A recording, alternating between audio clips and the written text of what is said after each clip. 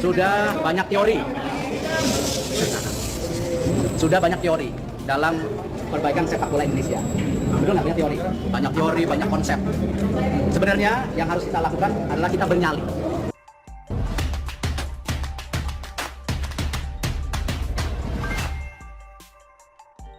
Erick Thohir daftar Ketua PSSI. Tongkat estafet Menteri BUMN ke Ahok, ditulis oleh Manuel dari Zuwar.com. Erick Thohir daftar jadi calon Ketua Umum Persatuan Sepak Bola Seluruh Indonesia atau PSSI. Kita melihat belakangan ini PSSI memang sedang terpuruk-terpuruknya karena tidak memiliki kepemimpinan yang kuat. Kalau kepemimpinan yang kuat diimbangi dengan jajaran-jajarannya yang bisa bekerja dengan baik, maka tentunya tragedi Kanjuruhan tidak perlu terjadi. Tentu jika panitia-panitia yang ada di PSSI dan juga kerjasama yang apik bersama dengan para bagian klub Liga 1 Indonesia, tidak perlu terjadi tragedi-tragedi yang menewaskan ratusan orang.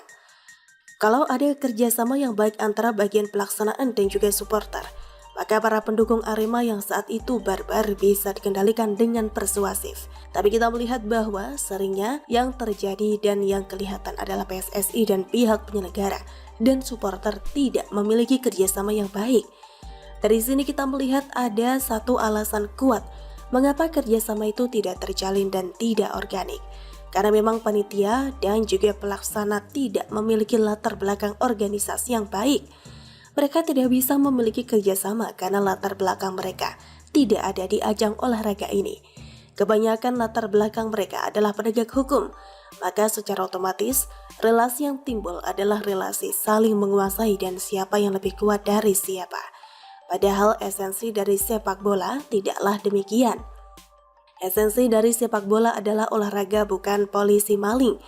Mungkin Erick Thohir melihat ini, dan dia pada akhirnya mencoba untuk menjadi ketua umum PSSI dengan mendaftar menjadi calonnya. Erick Thohir memiliki jam terbang yang sangat tinggi dalam bidang olahraga sepak bola ini. Bahkan dia merupakan orang yang pernah memiliki porsi kepemilikan di klub sepak bola terkenal di Italia, yakni Inter Milan. Maka saya kira Erick Thohir adalah sosok yang cocok untuk menggantikan orang-orang gak becus di PSSI sekarang ini. Selesai dengan pembahasan soal Erick Thohir yang sudah jelas mampu dan punya kapabilitas untuk memimpin Persatuan Sepak Bola Indonesia ini. Mari kita lanjut ke Bapak Basuki Cahayapurnama yang merupakan komisaris utama dari PT Pertamina yang merupakan badan usaha milik negara. Erick Thohir adalah Menteri BUMN yang menjabat aktif saat ini. Kalau kita melihat dari rekam jejak Bapak Basuki Cahayapurnama alias Ahok, tentu kita bisa mengetahui bahwa orang ini punya kapasitas yang sangat besar, bukan sekedar menjadi komisaris utama Pertamina. Ahok kapasitasnya sebenarnya wakil presiden, tapi karena Anies Baswedan dan pendukungnya yang mengkriminalisasi orang ini, rasanya karir politiknya tutup dan tamat. Di usianya yang sudah lebih dari 50 tahun, Bapak Basuki Cahayapurnama ini sebetulnya bisa menjadi presiden. Bakat dan talentanya di dalam membangun bangsa ini sudah sangat jelas. Akan tetapi lagi-lagi karir politiknya dihentikan secara paksa oleh kaumnya Anies Baswedan yang sekarang sudah menjadi Kristen karena dibaptis dengan nama Yohanes. Karena setahu saya menurut kaumnya Anies Baswedan, orang kafir sudah nggak boleh jadi pemimpin. Gak tahu deh kalau kaum lainnya ya. Kalau kita melihat Erick Thohir menjabat menjadi ketua PSSI, tentu kita bisa tahu bahwa yang akan menjadi Menteri BUMN jika tidak boleh merangkap hanya mengerucut kepada satu orang, yakni Ahok. Akankah beliau menjadi Menteri BUMN jika Erick Thohir terpilih? Saya berharap ini seperti yang dilakukan oleh Gubernur DKI terdahulu, yakni Joko Widodo, menyerahkan kursi gubernur kepada Ahok di dalam waktu 2 tahun terakhir di periode 2012 sampai 2017. Akankah hal ini terulang dengan Erick Thohir menyerahkan kursi kementeriannya kepada Ahok? Saya berharap demikian karena kita tahu bahwa kapasitas Ahok enggak cuma sekedar komisaris utama yang hanya memantau para direksi. Kapasitasnya Ahok ini lebih ke eksekutor, yakni menteri, dan dengan menjadi Menteri BUMN, dia akan menghancurkan banyak praktek-praktek korupsi yang saat ini terjadi di BUMN lainnya. Tentu beliau akan mengedepankan profesionalitas dan juga key performance indicators untuk setiap orang agar kualitas BUMN meningkat. Karena mentalitas orang terhadap BUMN dan kerja di dalamnya adalah mentalitas cacat. Kalau pilot ya ditanggung negara juga toh. Mentalitas inilah yang harus dihentikan oleh Bapak Ahok. Kalau Anies Baswedan dari menteri turun level jadi gubernur dan sekarang jadi pengangguran, Ahok ini kita lihat akan terus naik keras. Ahok ini kita lihat akan terus naik kelas. Dari wali kota Belitung Timur menjadi Wagub DKI, lanjut ke gubernur DKI Jakarta. Naik level menjadi komisaris utama pada akhirnya, dan pada akhirnya dia akan mentok di kursi kementerian. Bagaimana menurut Anda? Sebelumnya, salah satu warganet bernama Rudi Valinka melalui akun Twitter @kurawa mengunggah rekaman video dan foto berisi hasil temuan salah satu perusahaan konsultan dan audit multinasional di kawasan Pulau Gadung, Jakarta Timur, Senin 9 Januari. Tumpukan karung beras itu diduga bantuan sosial COVID-19.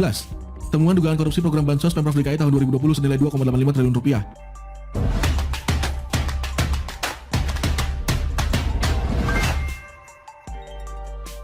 KPK bakal usut kasus korupsi Bansos DKI. Apa kabar Formula E? Ditulis oleh Syardi dari siwar.com.